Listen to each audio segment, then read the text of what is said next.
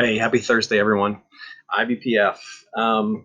So we are eventually going to get back to buying and selling within your firm. But we're probably going to finish out this week with a couple of assignments here that are kind of outside of that.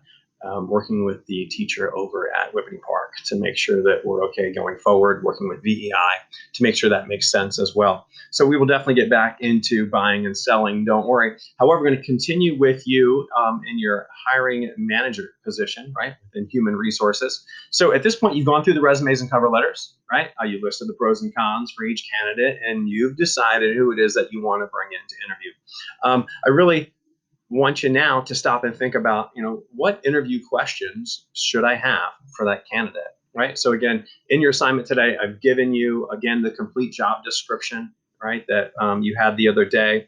And of course, some of those questions you should ask sort of deal with educational background, work experience, skills, that type of thing. However, here's the thing. You don't want to ask questions that can be answered by reading the cover letter and resume, right? If you do that, they're going to sit across from the table and think, did you even bother reading my resume? Right? So don't ask them where they went to college. That's not a good interview question, right?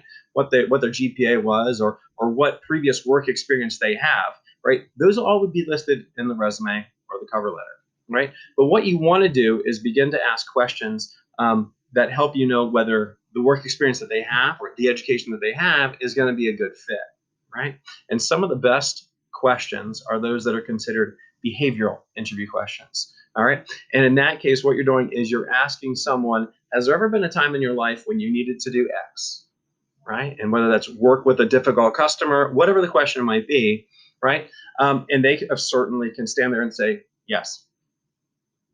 But if that was all they answered, you might be a little worried that they really didn't do that, right? So now, of course, that person can just make stuff up. Oh, yes, I remember, when I worked with this person, they were really upset about the product we had that they thought didn't work, but really they broke it, whatever, right? So they can actually spew out a bunch of lies to you, and you may never know the difference.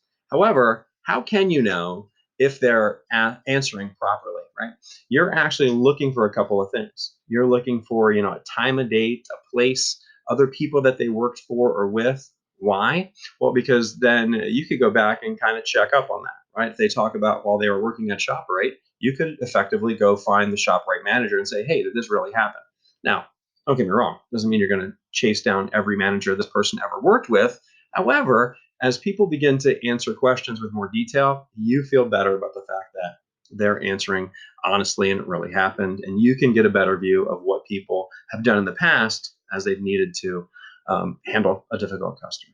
So anyway, your questions today should be some behavioral interview questions, right? So you're thinking about some questions that would help you know whether they are a good fit for this position. Perhaps there's some skills that are listed here that maybe they don't have, and maybe you're going to help them overcome them. Or maybe there's a couple of job duties in here that, based upon their resume and cover letter, you're not really sure that they're going to be able to, set a schedule, right? So those are some things that you can ask directly. All right, so that's your job for today. You are writing, give me a business memo and give me 5 interview questions that you would ask. And hey, please make sure this is your own work. I've got some students handing in stuff that's clearly not their own stuff. Please be honest, whether you're at home or in school. All right, and with that, I hope you are also able to spend enough time playing Tetris. All right, bye now.